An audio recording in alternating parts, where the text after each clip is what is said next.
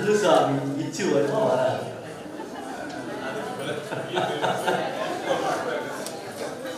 சரி பரவாயில்ல, அது உங்க வயசுல விட்டாச்சு. நல்லுசாமி இச்சு வருமா வராதா கமெண்ட் பண்ணுங்க. பாராட்டு சான்றிதழ் திரு பொ. நல்லுசாமி அவர்கள் சிறந்த பாடகர். சிறந்த பாடகர், தானே பாடல்கள் எழுதி இசையமைத்து பாடுவதில் வல்லவர், சிறந்த தமிழ் பற்றாளர். அன்னார் அவர்களை பாராட்டி கலைத்தமிழ் காவலர் என்ற விருதினை வழங்கி சிறப்பிப்பதில் பயணம் பெருமை கொள்கிறது.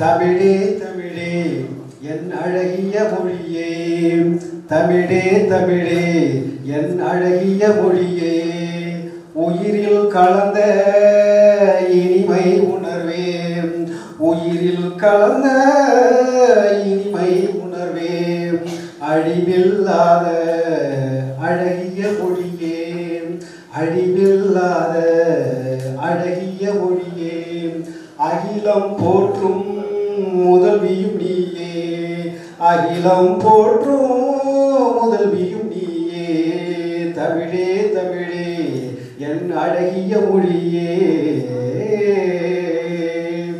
தமிழுக்கு என் முதல் வணக்கத்தை கூறி இதை உரைநடையாக நானும் பேசுகிறதா கொஞ்சம் தனித்துவம் எல்லாமே இருக்கும். அது இல்லாமல் இங்கு சிறப்பு விருந்தினராக 2 பேர் பாடகர்களாக வந்திருந்து, இங்கு சிறப்பு விருந்தினராக 2 பேர் பாடகர்களாக வந்திருந்தோம். ஒருவர் கூட ஒரு பாட்டு பாடி தொடங்கவில்லை என்றால் எப்படி?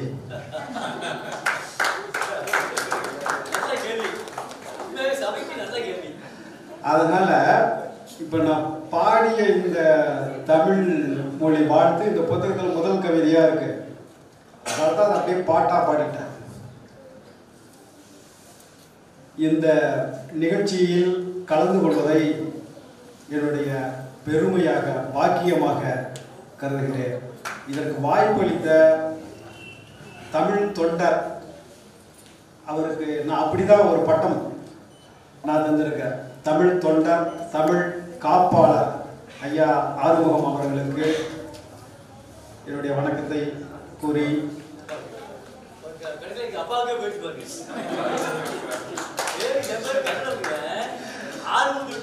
ஆறுமுகம் கதிரவன் அவர்களுக்கு என்னுடைய வணக்கத்தை கூறி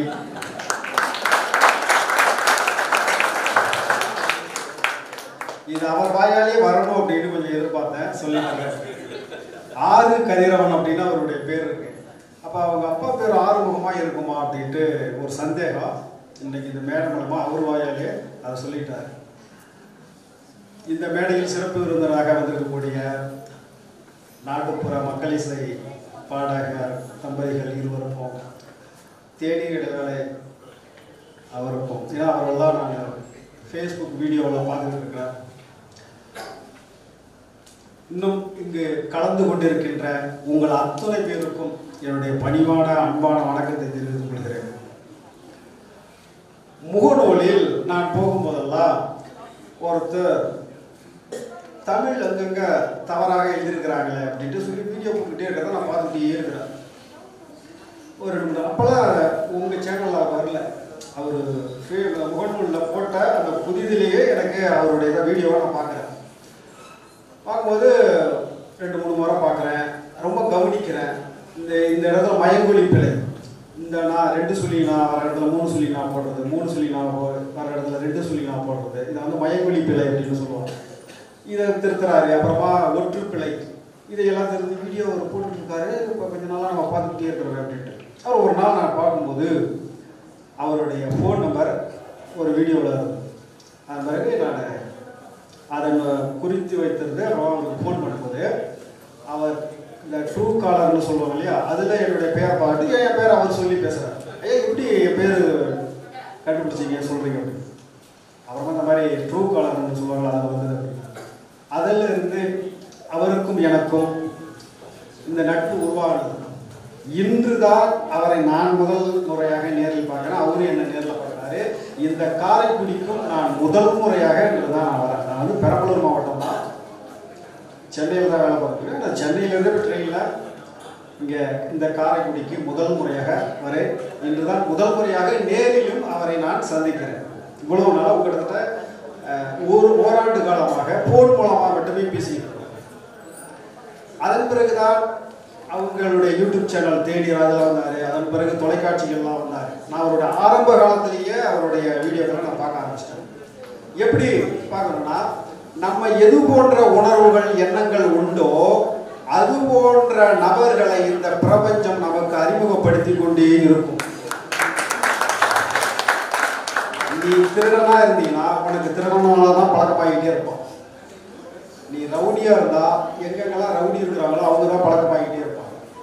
அது போல நீ எது போன்ற சிந்தனையாளனோ, நீ எது போன்ற எண்ணம் உள்ளவனோ அது போன்ற நபர்களை இந்த காலமானது தானாக அவங்களுக்கு பழக்கப்படுத்தி வைக்கும். இது காலத்தின் நியதி. அது போலவே காலம் எனக்கு அறிமுகப்படுத்தி வைத்த ஒரு அற்புதமான மனிதர் தான் ஐயா கதிரவன் அவர்கள். எனக்கும் சில நேரங்களில் சந்தேகம் வரும், இந்த இடத்துல மெய்யெழுத்து வருமா. இப்போ நல்ல தம்பி அப்படிங்கிறதுக்கு அந்த இத்து போட்டு எழுதுவாங்களா அப்படின்னு ஒரு முறை நான் கேட்டிருக்கிறேன். இத்து வராது அப்படின்ட்டு அவர் விளக்க சொல்றாரு. எப்படின்னா, நல்ல அது வந்து எச்ச வார்த்தை முடியல பாத்தீங்களா, நல்லது அப்படின்னா முடியுது, நல்ல கெட்ட இப்படி எச்ச வார்த்தைகளை தொடர்ந்து மெய்யெழுத்து வராது அப்படின்னு இப்படி தெளிவா புரியும்படி அப்படி நச்சுன்னு சொல்லக்கூடியவர் அவர். இப்ப தமிழ் நம்மளும் எல்லோருமே நம்ம வந்து தமிழ் வகுப்பு படித்திருப்போம். ஆனா யாருமே வந்து தெளிவாக சொல்வது கிடையாது. இன்னொரு விஷயம், இவர் ஐயா சொல்லிதான் என் மனசுல ரொம்ப எவ்வளவு அழகா சொல்லியிருக்கிறாரு, எவ்வளவு புரியும்படி சொல்லியிருக்காரு. இது போன்ற ஒவ்வொரு ஆசிரியர்களும் சொன்னாங்கன்னா மாணவர்களுக்கு தமிழ் மீது ஒரு கசப்பு, ஒரு சலிப்பு, ஒரு வெறுப்பு வரவே வராது. என்னன்னா, மேற்கு அப்படின்னு ஒரு வார்த்தை எழுதுறோம்ல, மேற்கு தெற்கு அப்படின்னு வார்த்தை எழுதுறோம்ல, அந்த வள்ளின இருக்கு இல்லையா, அதுக்கு பக்கத்துல இக்கு வராது. இப்படிதான் பள்ளிக்கூடங்கள்ல தமிழாசிரியர்கள் சொல்லியிருக்கிறாங்க. அந்த இரத்தை வந்து மேற்கு இக்கு போட்டு எழுதக்கூடாது அப்படின்னு சொன்னதோட தான் போனாங்க. ஏன் வராது அப்படின்னு நான் ஒரு முறை கேட்டப்ப அது ஒரு தமிழாசிரியர் சொன்னாரு, அந்த இருக்கு பக்கத்துல மட்டும் இக்கு வராது, வரக்கூடாது, அது இலக்கணம், அதுதான் நியதி அப்படின்னு அவர். இப்போ இதை ஒரு முறை நான் இவர்கிட்ட ஃபோனில் பேசும்போது அவர் சொல்றாரு, இவரும் அதே சொல்லிட்டு கூடுதலாக ஒரு பாயிண்ட் போடுறாரு. அதுதான் முக்கியம். ஏன்னா அந்த மெய்யெழுத்து இருக்கு இல்லைங்களா, வல்லின ஒற்று மெய்யெழுத்து. அந்த வல்லின ஒற்றை தொடர்ந்து இன்னொரு வல்லின ஒற்று எழுத்து வரவே வராதுன்னு சொன்னார். இப்ப கசட தவறாத சொல்றோம்ல, அது இக்கும் இரும் ஒரே இனம் தானே, வல்லினம். அந்த வல்லினத்தை தொடர்ந்து இன்னொரு வல்லின மெய்யெழுத்து வராதுன்னு சொல்லும் போது ரொம்ப சுலபமா, இது போல யாருமே சொல்லல, எங்கேயுமே தமிழ் ஆசிரியர்கள் இது போல சொல்லவே தெரியல.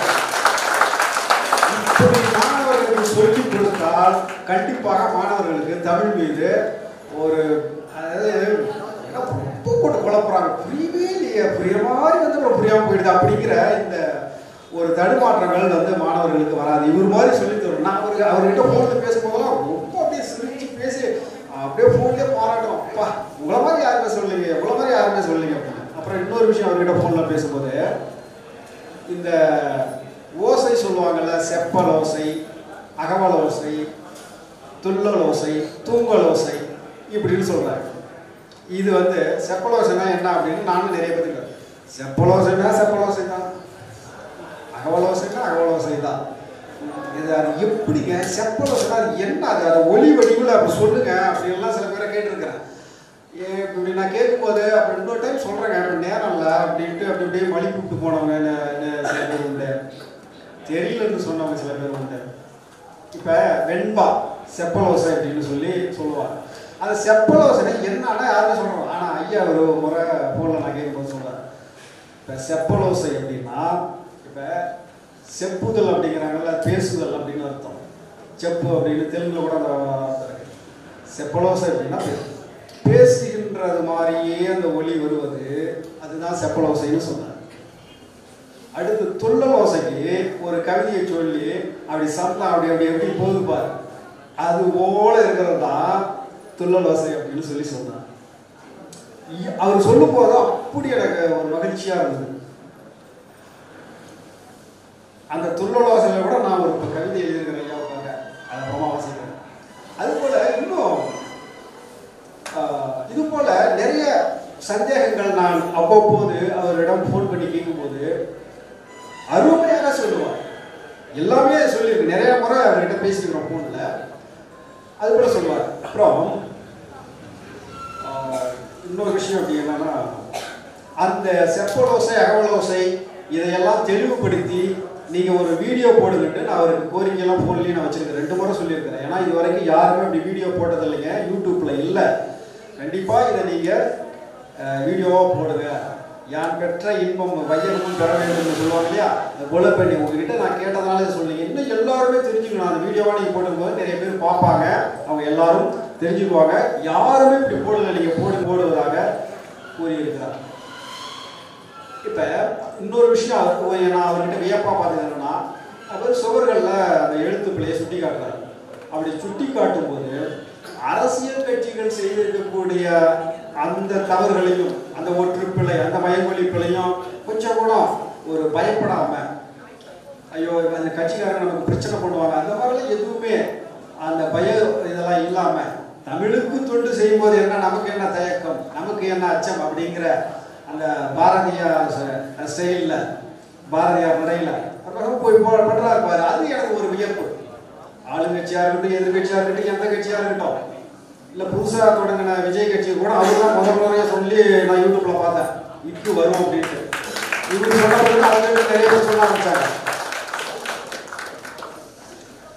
இவர் தான் முதல் முறையா அந்த இடத்துல ஒற்று வந்தே தீரும் அப்படின்னு சொன்னாரு. இவர் சொல்லி தான் நான் ஃபர்ஸ்ட் நான் எனக்கு தெரிஞ்சு, அப்புறமா இன்னும் நிறைய பேர் சொல்ல ஆரம்பிச்சாங்க, அப்புறமா அவங்க மாத்திக்கிட்டாங்க.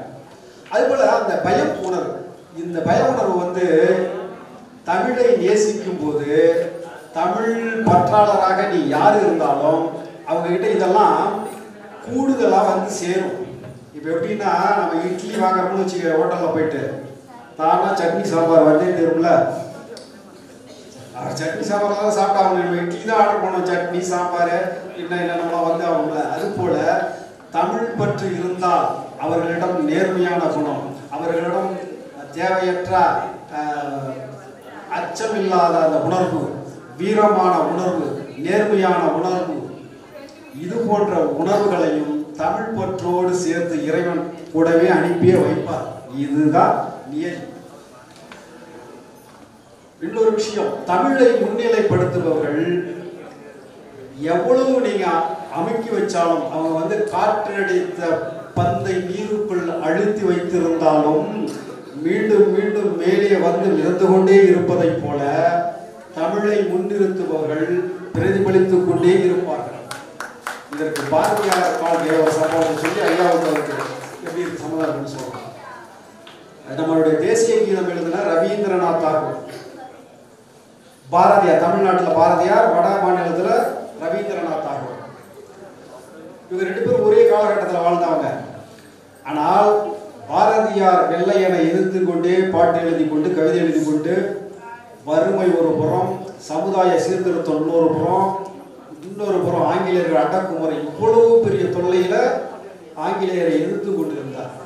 ஆனால் ரவீந்திரநாத் தாகூர் ஆங்கிலேயர்கள் எதிர்த்ததாக எந்த குறிப்பும் இல்லை, எந்த கவிதையும் இல்லை. அதனால ஆங்கில அரசு என்ன பண்ணிடுச்சு, அவருக்கு தான் நம்ம இந்திய அளவிலேயே முதல் நோபல் பரிசை கொடுத்திருக்கிறாங்க. இலக்கியத்துக்கு முதல் நோபல் பரிசு, இலக்கியத்துக்கு வந்து நோபல் பரிசு வந்து ரவீந்திரநாத் தாகூர். அவர் ஒரு முறை மதுரைக்கு வராராம் ரவீந்திரநாத் தாகூர், ஜனகணமன எழுதின ரவீந்திரநாத் தாகூர். இதை பாரதியார் கேள்விப்பட்டு சொல்றாராம், அந்த வங்கத்து கவியோ மதுரைக்கு வராராம்ல, மதுரைக்கு ஒரு டிக்கெட் போடு, நானும் போறேன், உன் வங்கத்து கவியும் வை, என் தமிழ் கவியும் அந்த சபையில் வைக்கிறோம். யார் கவிதை வெல்கிறது என்று பார்க்கலாமா? மக்கள் மத்தியில் அதை வைக்குவோம்.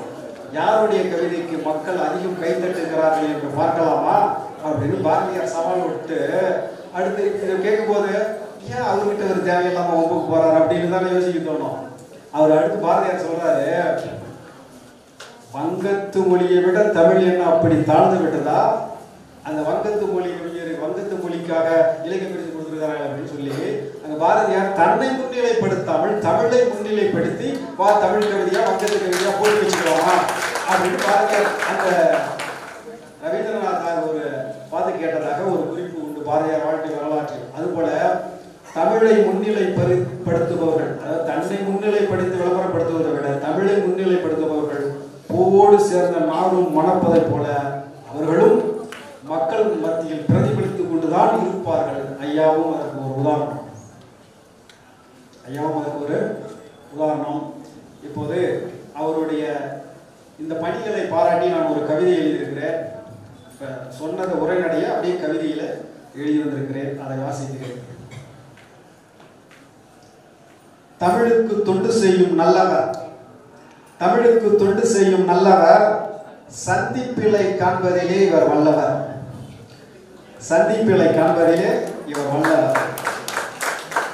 அமிழ்தினும் இனியது தமிழ் அல்லவா,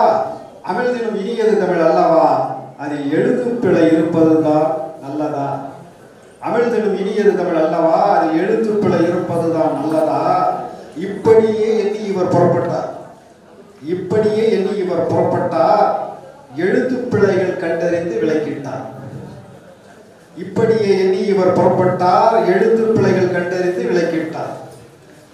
சுற்றுச்சுவர்களிலே ஒட்டி இருக்கின்ற சுவரொட்டி எழுத்தினிலும் மற்றும் இன்னும் பிற நட்டு இருக்கின்ற வாழ்த்து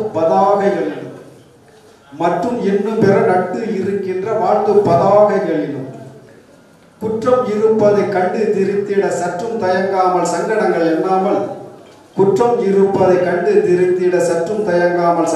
எண்ணாமல் ஒற்று பிழைகளெல்லாம் ஒவ்வொன்றாய் விளக்கிடுவார். முற்றும் இலக்கணம் அவர் கற்றறிந்த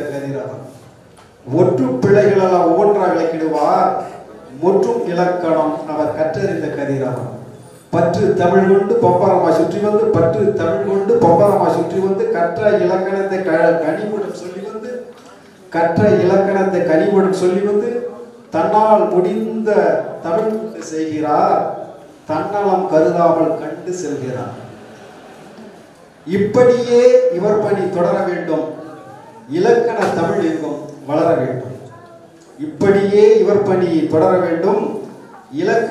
எங்கும் வளர வேண்டும். வணக்கம்.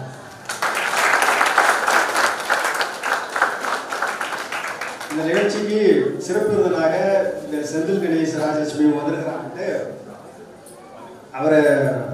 அவங்க பாடின பாட்டு ஒன்று ரொம்ப ஃபேமஸ். எப்போ தான் வருவீங்கோ உள்ள பாடு. அந்த அந்த மெட்டில் ரொம்ப பிடிச்சிருந்தனால அதுக்கு இவர் பதில் சொல்கிற மாதிரி நான் எழுதி வச்சிருந்தேன். அதே மெட்டில் அழகு ராணி பழகியதை நான் மறப்பேனோ, அந்த நினைவையெல்லாம் இதயத்திலே நான் அழிப்பேனோ, கவிதையெல்லாம் கண்ணிய உந்தன் நினைவுக்காகத்தான், நான் பார்த்திருப்பதும் உன் வரவுக்காகத்தான், எப்பதான் வருவாயோ உள்ளம் வாடுது, அந்த ஒரு நாளுக்காக ஏக்கம் கூடுது இப்படின்னு எழுதி வச்சிருந்தேன். ஆனால் நான் வர அவசரத்தில் இந்த எழுதி வச்ச பேப்பரை வச்சுட்டே வந்துட்டேன். இதை காரைக்குடிக்கு முதல் முறையாக வரான், இது வரைக்கும் வந்ததில்லை.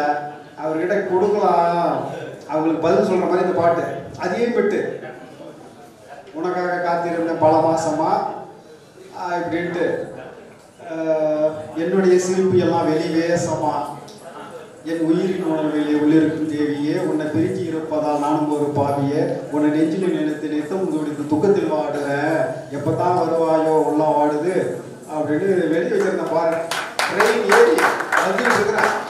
அந்த பேப்பரை வச்சுட்டே வரலையே அப்படின்ட்டு அப்புறமா இது எடுத்துக்கிட்டு இருந்தால் கொடுத்துருப்பேன். சரி, உங்களுக்கு எப்படியாவது கொடுத்துட்றேன், நீங்கள் அவங்களுக்கு பதில் சொல்கிற மாதிரி அந்த பாட்டு எழுதி வச்சிருந்தேன். இது இந்த நிகழ்ச்சியில் கலந்துக்கிட்டதுனால இவங்களை பார்க்கக்கூடிய பேசக்கூடிய வாய்ப்பு இருக்குது, இந்த பாடலை கொடுப்போம் அப்படின்ட்டு வந்தேன். இந்த நாள் என்னுடைய வாழ்க்கையில் மறக்க முடியாத ஒரு அற்புதமான நாள். இன்னொரு விஷயம் நான் மறந்துட்டேன். தமிழ் பற்று வந்து ஏன் எல்லாருக்கும் ஊரில் இருக்கிற 1000 2000 பேர் இருக்கிறாங்க ஒரு கிராமத்தில், ஏன் 2000 பேருக்கு இருக்க மாட்டாங்குது? ஏதோ ஒரு 5-6 பேர் 10 பேருக்கு பட்டு இருக்குதுன்னா, தமிழ் பற்று ஒருவனிடம் வந்து சேர அவர் பூர்வ ஜென்மத்தின் புண்ணியத்தை செய்திருக்க வேண்டும். இப்படிதான் இது நான் ஒரு கவிதை எழுதியிருக்கிறேன் என்னுடைய புத்தகத்தில். உன்மீது வந்த காதல் எனக்கு, உன்மீது வந்த காதல் எனக்கு பூர்வ ஜென்ம புண்ணியத்தின் கணக்கு. தமிழ் மொழின்னு போட்டு இப்படி எழுதியிருக்கேன்.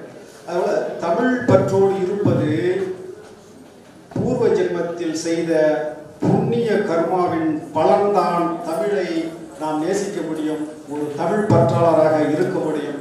அப்படி அவருடைய முற்பிறவி நற்பலன் தான் அவர் ஒரு தமிழ் தொண்டராக தமிழ் பற்றாளராக இருக்கிறார் என்று கூறி மறுபடியும் இந்த வாய்ப்புக்கு நன்றி கூறி விடைபெறுகிறேன். வணக்கம்.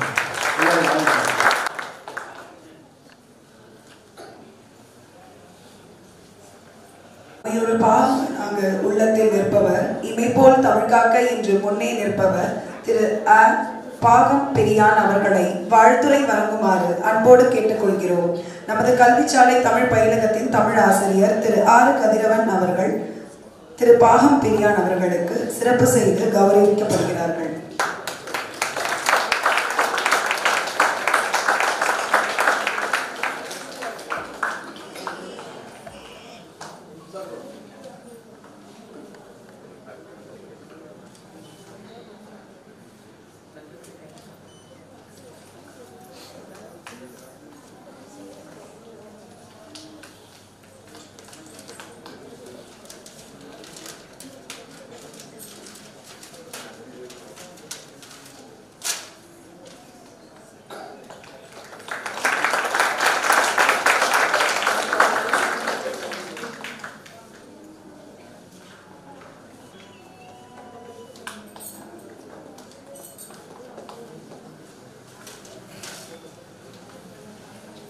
பாராட்டு சான்றிதழ் திரு பாகப்பிரியான் அவர்கள் சிறந்த மொழிப்பற்றாளர், தமிழ் மொழியை வளர்ப்பதிலும் அதை முறையாக கொண்டு செல்வதிலும் புலமை பெற்று திகழ்கிறார். அன்னார் அவர்களை பாராட்டி கலைத்தமிழ் காவலர் என்ற விருதினை வழங்கி சிறப்பிப்பதில் இந்த பயிலகம் பெருமை கொள்கிறது. நன்றி. அனைவருக்கும் நன்றியும் வணக்கமும். அரசியல்வாதி பழக்கரப்பையா அவர்களுக்கு நான் ஒரு பாராட்டு மலர் எழுதியிருந்தேன். அப்போ ஐயாட்ட காலையில் ஒரு 9 மணி போல ஃபோன் போட்டு இதில் ஒற்றுக்கொலையெல்லாம் இருக்கிற மாதிரி தெரியுது, கொஞ்சம் சரி பண்ணி கொடுக்கணும்னு கேட்டதுக்கு அந்த ஃபோனை உடனே ஆஃப் பண்ணாமல் அலைபேசி துண்டிக்காமல் உடனே சரி பண்ணி கொடுத்தாரு. எனக்குலாம் மற்றற்ற மகிழ்ச்சி. ஐயா அவ்வாறு ஒரு ஓய்வு உழைத்து கொண்டிருக்கிறார். அவர் இன்றைய காலத்தின் கட்டாயம். அவர் இன்னும் இவரை போன்ற பல பேரை உருவாக்குவார் என்று வாழ்த்தி உரையாடல் வழங்குபவர் திருமதி தாரணி தேவி அவர்கள் மற்றும் அவரது குழந்தை செல்வி ஸ்ரீனிதா அவர்கள். அனைவருக்கும் எங்களுடைய உற்சாகமான வணக்கம். என் பெயர் தாரணி தேவி. நான் என்னுடைய கல்வி தகுதி MA/BA DTA தமிழ். 12 ஆண்டு காலமாக CBSE பள்ளியில் தமிழாசிரியராக பணியாற்றி வருகிறேன். அறத்தமிழ் என்னும் யூடியூப் சேனல், அதில் பார்த்தீங்கன்னா தமிழ் இலக்கணம் அப்லோட் பண்ணிட்டு இருக்கேன். மலர் மருத்துவம் படிச்சுட்டு இருக்கேன். இன்னைக்கு பார்த்தீங்கன்னா இந்த தமிழ் திருவிழாவில், இந்த தமிழ் மலையில நனைய காத்துட்டு இருக்க அவங்க எல்லாரையும் வருகன்னு கூப்பிட்டு இன்னைக்கு இந்த ப்ரோக்ராம் ஸ்டார்ட் பண்ண போறோம். ஸோ இந்த இலக்கண வகுப்பு கலந்துக்கிட்டவங்க எல்லாருக்கும் தெரியும், என்னோட கிளாஸ் ரூம்ல 5 ரூல்ஸ் இருக்கும். ஞாபகம் இருக்கீங்களா? ரூல் நம்பர் 1, ஸ்ட்ரெயிட்டா உட்காரணும். எல்லாரும் ஸ்ட்ரெயிட்டா உட்காருங்க பார்க்கலாம். ஸ்ட்ரெயிட்டா உட்காருங்க. ரூல் நம்பர் 2, கையில எதுவுமே இருக்கக்கூடாது, எஸ்பெஷலி மொபைல் போன் இருக்கக்கூடாது. ஓகே. ரூல் நம்பர் 3, ஸ்கூல் ஸ்டூடெண்ட்ஸ்க்கு இங்க இந்த 2 ரூல் போதும். என்னோட வகுப்புல எப்பவுமே பாத்தீங்கன்னா கைத்தட்டல் இருக்கும். நம்ம ஸ்கூல்லயே படிச்சிருப்போம், PT பீரியட்ல பண்ணிருப்போம். 1 2 3 1 2 3. இந்த பில்டிங்கே அதிர்ற அளவுக்கு இப்ப சத்தம் வரணும். ரெடி? 1 2 3.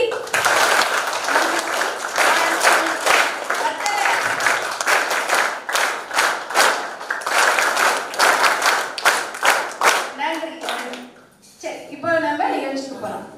வணக்கம் ஸ்ரீனிதா. சரி, இன்னைக்கு எதுக்காக நம்ம இங்க வந்திருக்கோம்? தமிழ் திருவிழா கொண்டாடுறதுக்காக வந்திருக்கோம்.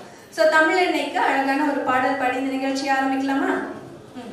அன்னை தமிழே என் ஆவி கலந்தவளே, என்னை வளர்ப்பவளே, என்னை வளர்ப்பவளே, உன்னை புகழ்வதற்கே உலகில் பிறப்பெடுத்தேன், சொல்லில் விளையாட சொல்லித் தந்தவளே, சொல்லில் உனது புகழ் சொல்ல முடியலையே, சொல்லில் உனது புகழ் சொல்ல முடியலையே. அழகு ஸ்ரீனிகா. இன்னும் பாத்தீங்கன்னா நீங்க கைத்தட்ட வேண்டியது நிறைய இருக்கும். இது வெறும் சாம்பிள் தான். அடுத்தடுத்து பாருங்க. சரி, இறைவனிடம் நாம் எவ்வாறு வேண்ட வேண்டும்? எண்ணிய முடிதல் வேண்டும், நல்லவை எண்ணல் வேண்டும், திண்ணிய நெஞ்சம் வேண்டும், தெளிந்த நல்லறிவு வேண்டும், பண்ணிய பாவமெல்லாம் பரதி முன் பணியை போல நன்னியனின் முன் இங்கு நசித்திட வென்றும் மன்னாய். அருமை ஸ்ரீனிகா.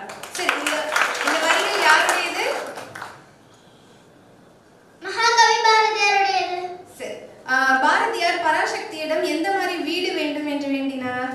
காணி நிலம் வேண்டும், பராசக்தி காணி நிலம் வேண்டும், அங்கே தூணில் அழகியதாய் நன்மாடங்கள் துய்ய நிறத்தினதாய், அந்த காணி நிலத்திலேயே ஓர் மாளிகை கட்டித்தர வேண்டும், கேணி அருகினிலே தென்னை மரம் கீற்றும் இளநீரும் 10-12 தென்னை மரங்கள் பக்கற்றிலே வேண்டும், முத்து சுடர் போல் நிலவொளி முன்பு வர வேண்டும், அங்கே கத்தும் குயிலோசை சற்றே நம் காதில் பட வேண்டும், எங்கள் சித்தம் மகிழ்ந்திடவே நன்றாயிரம் தென்றல் வேண்டும், பாட்டு கலந்திடவே அங்கோர் பத்தினி பெண் வேண்டும், எங்கள் கூட்டு களியினிலே கவிதைகள் கொண்டு தர வேண்டும், காட்டு வெளியினிலே அம்மா என்று காவலுற வேண்டும், எங்கள் பாட்டு திறத்தாலே இவ்வையத்தை பாலித்திட வேண்டும், காணி நிலம் வேண்டும், பராசக்தி காணி நிலம் வேண்டும். சரி, நாம் இறைவனிடம் எவ்வாறு மன்னிப்பு கேட்க வேண்டும்? கல்லாப்பிழையும் கருதாப்பிழையும் கசிந்துருகி நில்லாப்பிழையும் நிலையாப்பிழையும் நின் ஐந்தெழுத்தை சொல்லாப்பிழையும் துதியாப்பிழையும் தொலாப்பிழையும் எல்லாப்பிழையும் பொறுத்தருள்வாய் கட்சியே கம்பனே. அழகு ஸ்ரீனிதா. பட்டினத்தாருடைய பாடல ரொம்ப அழகா சொன்னீங்க. சரி, அடுத்ததா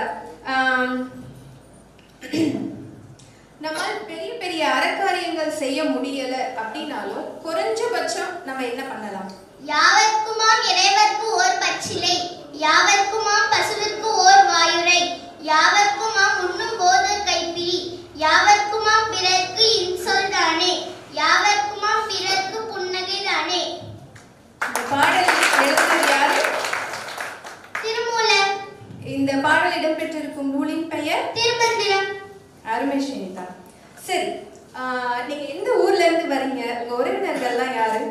யாதும் ஊரே யாவரும் கேளி, தீதும் நன்றும் பிறர்தரவாரா, மோதலும் தனிதலும் அவற்றோர் என்ன, சாதலும் புதுவதன்றே, வாழ்தல் இனிதன மகிழ்ந்த இளமே, முனிவின் இன்னா தென்றலும் இளமே, மின்னொடு வானம் தண்டுடு தரையி, ஆனது கல்பொருது, இறங்கும் மல்லல் பேரியாற்று, நீர்வழிப்படுவோம் புனைப்போல் ஆறுயிர் முறைவழிப்படுவோம் என்பது திறவோர் காட்சியில் தெளிந்தன மார்களின் மாட்சியில் பெரியோரை வியத்தலும் இளமே, சிறியோரை இகழ்வர் அதனிலும் இளமே. சரி, இந்த உலகத்திலேயே ரொம்ப சுவையான உணவு எது? அவிழ்ந்தன ஆற்றையின் இது தம்மக்கள் சிறுக்க எலாவிய கூழ். அழகு ஸ்ரீனிதா. சிறந்த செல்வம் எது? செல்வத்துள் செல்வம், செவிச்செல்வம், மற்செல்வம், செல்வத்துள் எல்லாம் தலை. சரி, மிகவும் இனிமையான இசை எது?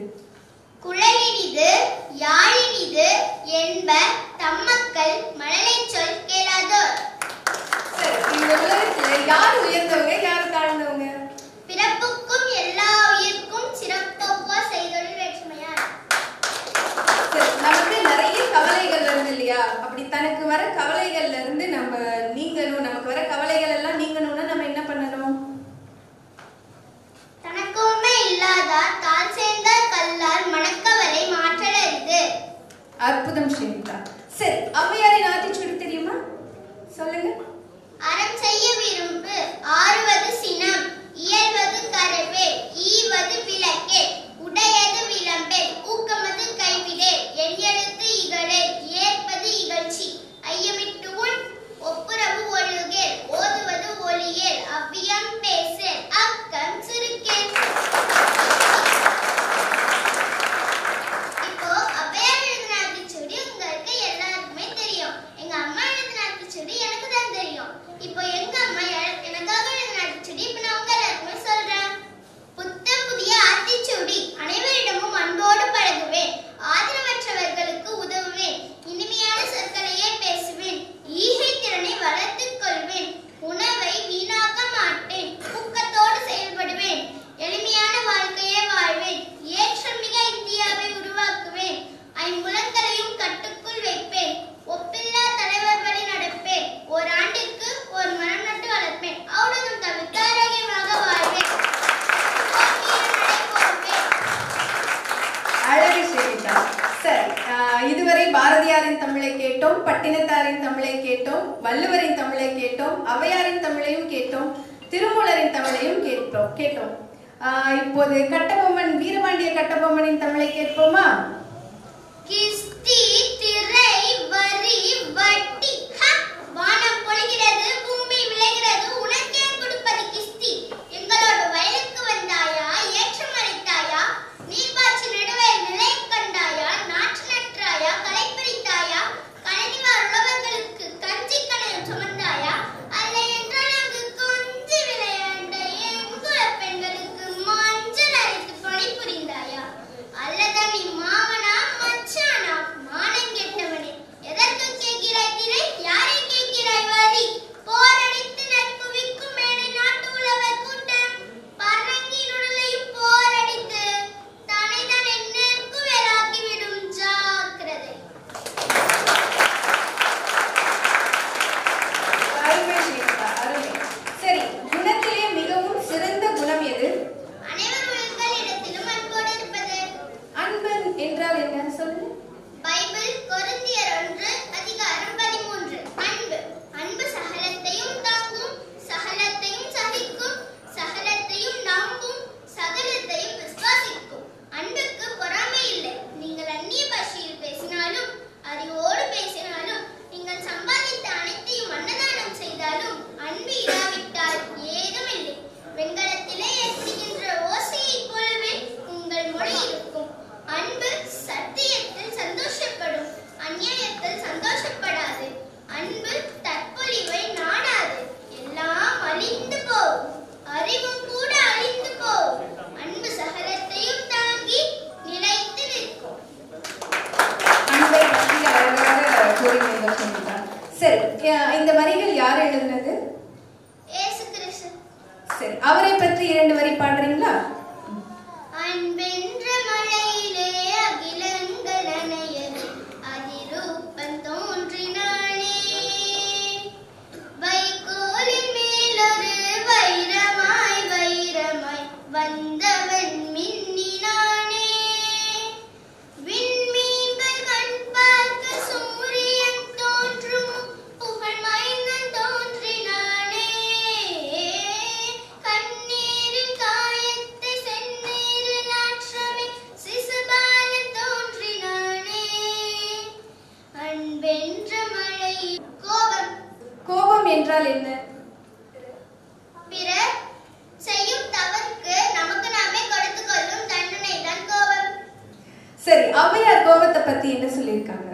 ஆறுவது சினம், கூறுவது தமிழ், அறியாத சிறுவனானி, மாறுவது மனம், சேருவது இனம், தெரியாத முருகனானி, ஏர்மை ஏறு ஈசனின் நாடு, ஏர்மை ஏறு ஈசனின் நாடு, இன்முகம் காட்டவாணி, ஏற்றுக்கொள்வாய் கூட்டிச் செல்வேன், என்னுடன் நோடிவாணி, என்னுடன் நோடிவாணி. அழகு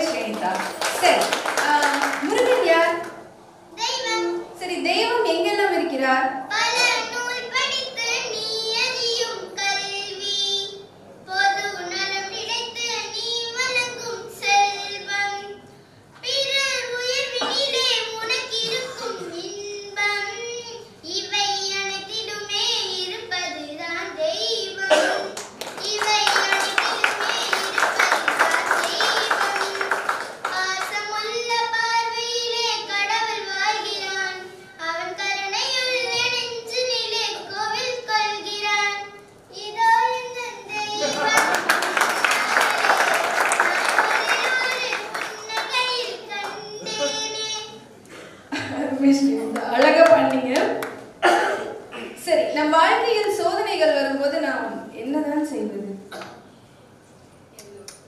எல்லோருக்கும் சில நேரம் வரும் சாதனை, இருந்தாலும் கூடாது மனவேதனை. எல்லோருக்கும் சில நேரம் வரும் சாதனை, இருந்தாலும் கூடாது மனவேதனை. வெற்றி தோல்வியாவும் நம் வாழ்க்கை பாடமே, தோல்வி காட்டும் ஞானம் புது வேதமாகுமே. எது வந்த போதும் அதை ஏற்று கொள்வாய், இருள் கூட ஒளி வீசும் துணிந்தே செல்வாய். எதற்கும் ஓர் நாளுண்டு, எல்லோர்க்கும் வாழ்வுண்டு. மணிவண்ணா மலையப்பா கோவிந்தா கோவிந்தா, நிறையென்றும் வேண்டும் மறைமூர்த்தி கண்ணா, நிறையென்றும் வேண்டும் கண்ணா, நிறையென்றும் வேண்டும் கோவிந்தா. அருமையா பாடுறீங்க ஸ்ரீனிதா. சரி, அடுத்ததாம் ஸ்ரீனிதாவுக்கு கோயிலுக்கு போக பிடிக்குமா? உங்களுக்கு ரொம்ப பிடிச்ச கோவில் எது? அங்க என்ன மந்திரம் உங்களுக்கு ரொம்ப பிடிச்ச மந்திரம்? தாயை சிறந்த கோவிலும் இல்லை, தன்னை சொல் மிக்க மந்திரம் இல்லை. ஆயிரம் உறவில் பெருமைகள் இல்லை, ஆயிரம் உறவில் பெருமைகள் இல்லை. அன்னை தந்தையே அன்பின் இல்லை. தாயை சிறந்த கோவிலும் இல்லை, தன்னை சொல் மிக்க மந்திரம் இல்லை. ஆயிரம் உறவில் பெருமைகள் இல்லை, அன்னை தந்தையே அன்பின் இல்லை. அழகு ஸ்ரீனிதா. சரி, இறைவனுடைய அருளோடு இன்னும் நாம் என்ன செய்தால் வாழ்க்கையில் முன்னேற முடியும்? உன்னை அறிந்தால் நீ உன்னை அறிந்தால் உலகத்தில் போராடலாம். உயர்ந்தாலும் தாழ்ந்தாலும் தலை வணங்காமல் நீ வாழலாம். மான பெரியதென்று வாழும் மனிதர்களை மான் என்று சொல்வதில்லையா? ஒரு மாத்து குறையாத மன்னவன் இவன் என்று போற்றி புகழ வேண்டும்.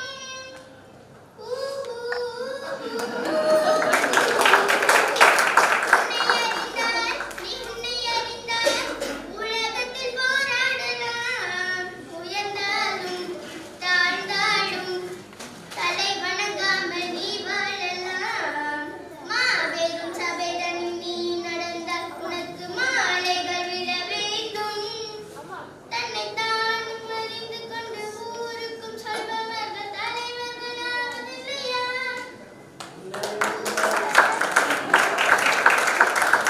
அழகு அழகு ஸ்ரீனிதா. அப்படியே வரியை மாத்தி போட்டாலும் எப்படியே முடிச்சிட்டீங்க. ஓகே, சரி. இந்த நாடு யாரை நம்பி உள்ளது? நல்ல நல்ல பிள்ளைகளை நம்பி இந்த நாடே இருக்குது தம்பி. சின்ன சிறு கைகளை நம்பி ஒரு சரித்திரம் இருக்குது தம்பி. நல்ல நல்ல பிள்ளைகளை நம்பி இந்த நாடே இருக்குது தம்பி. கண்டிப்பா உங்களை மாதிரி நல்ல நல்ல பிள்ளைகள் மாணவர்களை நம்பிதான் இந்த நாடே இருக்கு. சரி, அடுத்ததா பாத்தீங்கன்னா எந்த சூழ்நிலையிலையும் நம்ம செய்யக்கூடாத செயல் இருக்கு? திருடாதே பாப்பா திருடாதே, திருடாதே பாப்பா திருடாதே. வறுமை நிலைக்கு பயந்து விடாதே, வறுமை நிலைக்கு பயந்து விடாதே. திறமை இருக்கு மறந்து விடாதே. திருடாதே பாப்பா திருடாதே, திருடாதே பாப்பா திருடாதே. திட்டம் போட்டு திருடுற கூட்டம் திருடிக் கொண்டே இருக்குது. அது சட்டம் போட்டு தடுக்கிற கூட்டம் தடுத்துக் கொண்டே இருக்குது. திருடனாய் பார்த்து திருந்தால் விட்டால் திருட்டை ஒழிக்க முடியாது. திருடாதே பாப்பா திருடாதே, திருடாதே பாப்பா திருடாதே. அருமை ஸ்ரீனிதா, அருமை, அழகு. நம்ம என்னோட கிளாஸ் ரூம் ரூல் மறந்துட்டீங்க பாத்தீங்களா? ஃபர்ஸ்ட் ரூல் ஸ்ட்ரைட்டா உட்காரணும். செகண்ட் ரூல் கையில எதுவும் இருக்க கூடாது. தேர்ட் ரூல் நான் சொல்லல, பக்கத்துல யார்கிட்டயும் பேசக்கூடாது. இது என்னுடைய கிளாஸ் ரூமோட ரூல். சரி, அடுத்ததா பாத்தீங்கன்னா ஸ்ரீதா, உங்களுடைய வீடு எங்க இருக்கு? இந்திய நாடு என் வீடு, இந்தியன் என்பது என் பேரு. இந்திய நாடு என் வீடு, இந்தியன் என்பது என் பேரு. எல்லா மக்களும் என் உறவு, எல்லா மொழியும் என் பேச்சு. திசை தரும் தொழுக்கரை என் தோழா, திசை தரும் தொழுக்கரை என் தோழா. தேவன் இயேசுவும் என் கடவுள். எல்லா மதமும் என் மதமே, எதுவும் எனக்கு சம்மதமே. ரகுபதி ராகவ ராஜாராம், பதித பாவன சீதாராம். ரகுபதி ராகவ ராஜாராம், பதித பாவன சீதாராம். அழகு ஸ்ரீதா. சரி, உங்க வீடு எதுன்னு சொல்லிட்டீங்க. சொர்க்கம் எங்க இருக்கு? சின்ன சிறு கூட்டுக்குள்ள சொர்க்கம் இருக்கு. அட சின்ன சின்ன அன்புதானே ஜீவன் என்றும் இருக்கு. பட்டாம்பூச்சி கூட்டத்துக்கு பட்டாயதற்கு. அட பாசம் மட்டும் போதும் கண்டே, காசு பணம் என்னத்துக்கு. பச்சை கிளிகள் தோளோடு, பட்டு குயிலோ மணியோடு. உலோகம் ஆனந்தத்தின் எல்லை, இந்த பூமிக்கு கண்ணீர் சொந்தம் இல்லை. அழகு ஸ்ரீதா, அழகு. சரி, காதால் தேனை சுவைக்க முடியுமா ஸ்ரீதா? எப்படி? செந்தமிழ்நாடெனும் பூதினிலே, இன்பத்தேன் வந்து பாயுது காதினிலே. எங்கள் தந்தைய நாடென்ற பேச்சினிலே, ஒரு சக்தி கிடக்குது மூச்சினிலே.